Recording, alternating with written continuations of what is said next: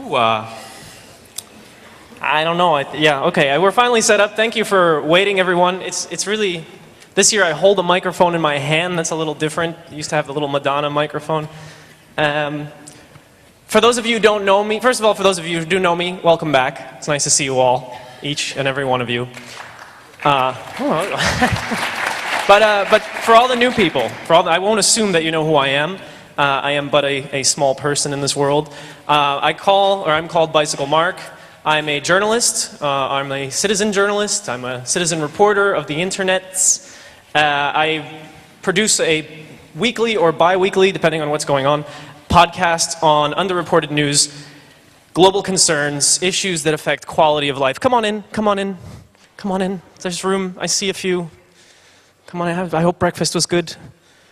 I had to turn down the invitation to breakfast. And I'm here today, and I often come here, let's see, I've been at the last 3, right? And I come here to introduce an issue that I'm working on. It's not always the most technical issue, but it is usually related to society, again, to quality of life. And this year, this helps my elbow hold the microphone. This year, it's genetically modified soy, and I'll try to explain a little bit of why I got into this, and then we'll get into the issue fully. I have a remote for just such occasions, actually, I just remembered. Of course, I have to stand back here. Just talk amongst yourselves. I'm just kidding, don't talk. So I choose these issues. Last year I did the Arctic. I thought I saw an Arctic talk for this year, but it seems to be canceled or moved. Maybe that's where I came in. I eat soy. I mean, a lot of you here probably, maybe, drink soy milk, yeah? Some of you may eat tofu.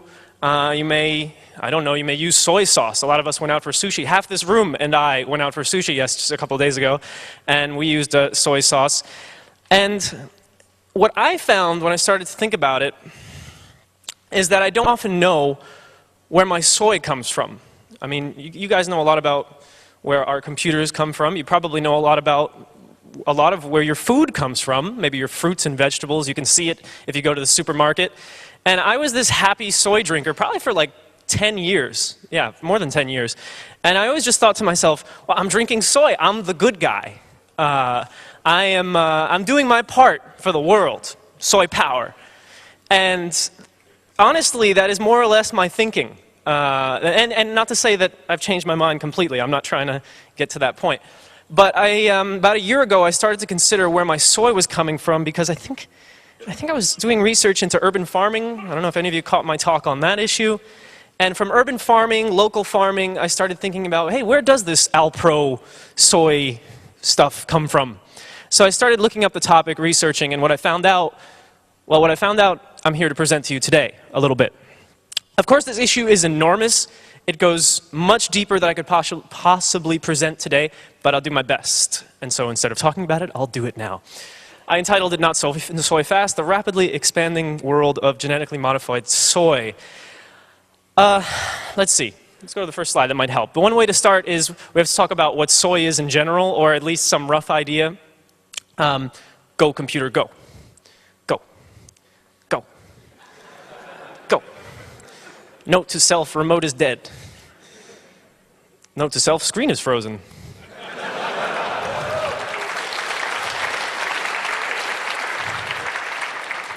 You clap, I'm fucked.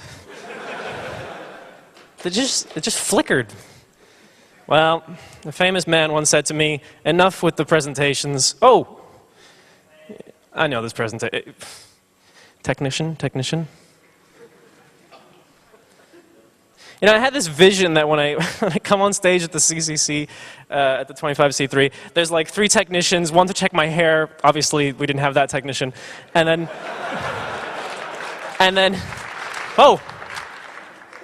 then one to help me get this shit worked out, because as you can tell, when I come on stage, everything goes wrong.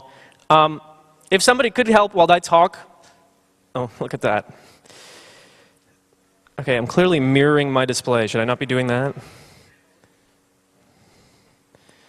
Oh, fuck it. Yes, get the phone. It's better than this shit. No, don't clap. This is like Turn on mirroring, why not? Why not? It worked out badly last time. It's like one man's quest. Oh! Oh, I added that crap. That's good, that's good. I'm so sorry. All right, all right, all right. Our favorite forms of regular soy. We got the bean. Look, I even put a photo. I'm like a 12-year-old. We have a bean, soybeans. You don't often eat them in this form. Maybe some of you do. It can be pretty good. There's also oil, or, well, different kinds of uses for soy oils.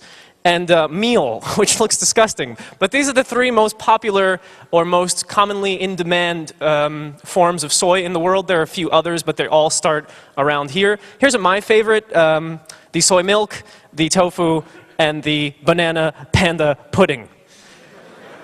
Now, these all existed without genetically modified soy, and well, I think they were just fine.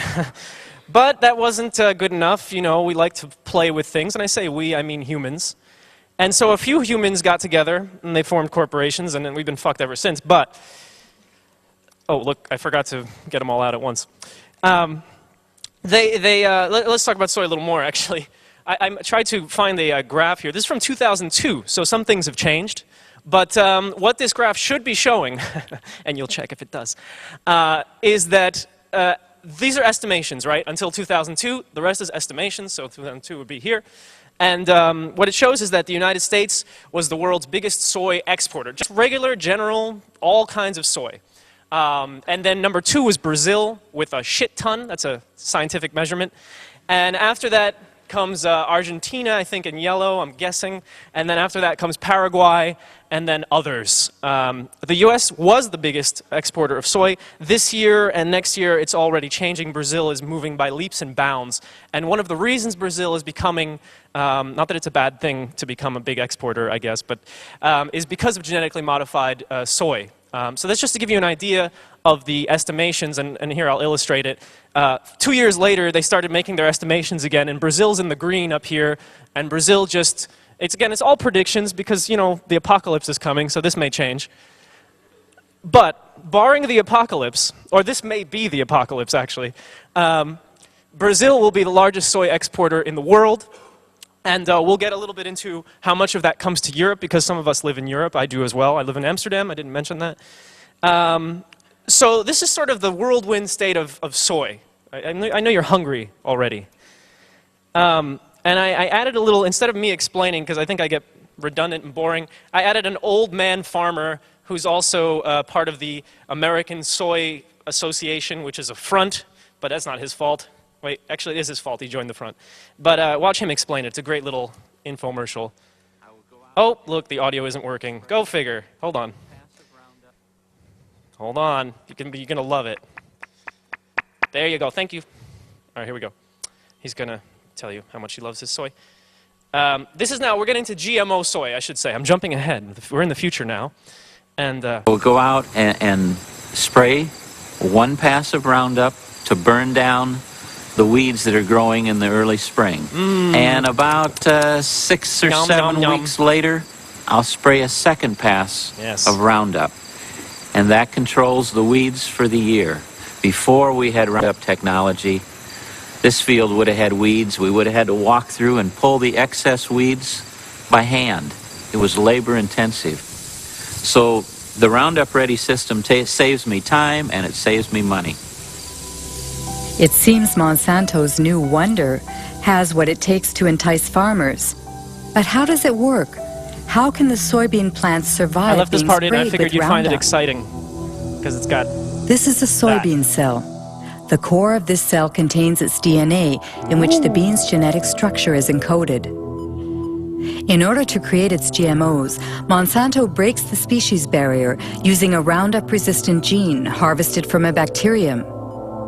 This gene is placed on microscopic particles of gold, which are fired into the soybean cells with a gene gun. The gene penetrates the DNA and creates a protein, making the plant resistant to Roundup. When the herbicide is sprayed on the crop, it kills all the weeds, leaving the soybean plants intact. Isn't that awesome? All right. Woof. Yeah. You can prepare the same way for a night out New Year's Eve in Berlin. You can spray yourself with gold flakes. This was just a little segment from a film with a questionable title, The World According to Monsanto. Monsanto is one of the world's largest genetically modified soy companies. So I've jumped right past the world of soy. It's too big. It's too big. Let's go to GMO. And the man explained, and I'll go over again. He's very exciting, though. The idea is that, well, farming soy was too labor intensive. It took too much work. You had to go through, there was weeds, pain in the ass, these weeds. You have to pull them, you have to pay somebody to pull them. It's just not fun. And then you have other questions of harsh conditions in different parts of the world. Well, they made, using the gun, what was it, the gene gun? And I'm not making fun of gene guns, I would play with one. And I know you guys would. Someone here is, I think. But the idea was to make a strain of soy that you wouldn't have to pull the weeds anymore because, as they said, and I like to repeat things, basically it works like this. They make a strain of soy that will no longer, that can sustain the pesticide that they produce. So they sell you the seed. The seed is strong enough to withstand this specific pesticide. The pesticide kills everything else except the plant. So all you have to do is buy the seed and buy the pesticide year after year. Now, for this farmer, and for many farmers, including especially Brazilian and Paraguayan farmers, this is a hell of a thing because it now allows you to, in theory, spend less on labor and you get more for your buck, or your peso, as it may be. That was the idea. And let me just introduce you to some other large soy corporations in the world. Maybe some of you work for these corporations. I will allow time at the end for you to yell at me. There are 4 big ones in the world that I think matter, so I put them here. Monsanto being the biggest. Archer Daniels Midland is a slightly smaller one. They partner with Monsanto. Cargill, and there's the soy sauce thing. Maggi. Blairo Maggi is this crazy, I'm not going to talk about him too much, but you have to know there's this guy named Maggi, and he's this Brazilian millionaire, billionaire. I think millionaire's too small now. Billionaire. And since you're a billionaire, you may as well get yourself elected as governor of the province where you farm. So he's now the governor, which is convenient, of Mato Grosso do Sul in Brazil. And he makes your soy sauce. And I just want to add one quote by him because I think he's a funny guy. He says, and I'll read it, "To me," I won't do it in a Brazilian accent. "To me, a 40% increase in deforestation doesn't mean anything at all. And I don't feel the slightest guilt over what we were doing here. We're talking about an area larger than Europe that has barely been touched. So there is nothing at all to get worried about." Anyway, enough of it. This is a man that exists, and he's one of the big soy players in the world. And maybe you agree. Maybe everything's fine. I thought it was suspect. Oh, I put flames because Monsanto is like the devil. No, stop. Okay, so Monsanto is a funny thing because it's this company that only came to be in the 1910 in St. Louis, Missouri, which if you're in St. Louis, Missouri, you got nothing better to do than perhaps build, new types of killer seeds, or seeds for life, whatever. And Monsanto comes to exist, and you may have heard of some of their earlier products. Agent Orange? Yeah. Yes. PCBs. PCBs were, they ended up finding them in the Hudson River outside of New York City, and it's a hell of a problem. Apparently, they make children grow 3 arms and produce a whole lot of types of cancer. And Monsanto had produced these originally, let's not be too mean here. The idea was so that your refrigerator could have, I think, coolant. I believe that was one of the ideas. So it's not their fault. They wanted you to have a refrigerator. So their earlier projects were such a success that they moved on because you can't do the whole Agent Orange thing anymore. They still had their magic laboratories in St. Louis, and they started working on the soy seeds. But they didn't stop there. They have successfully, and I have a list I want to show you. Want to see something cool? Hold on. I swear I have something cool today. Oh wait, first you have to watch this commercial. Sorry. It's brief. Go commercial, go. This is a, oh, I stopped it. This is a commercial for Monsanto's seeds. You're going to want to get these after you see this. Some people. It's easy to see why people are excited about Roundup Ready to Yield Oceans of soy. Monumental yields.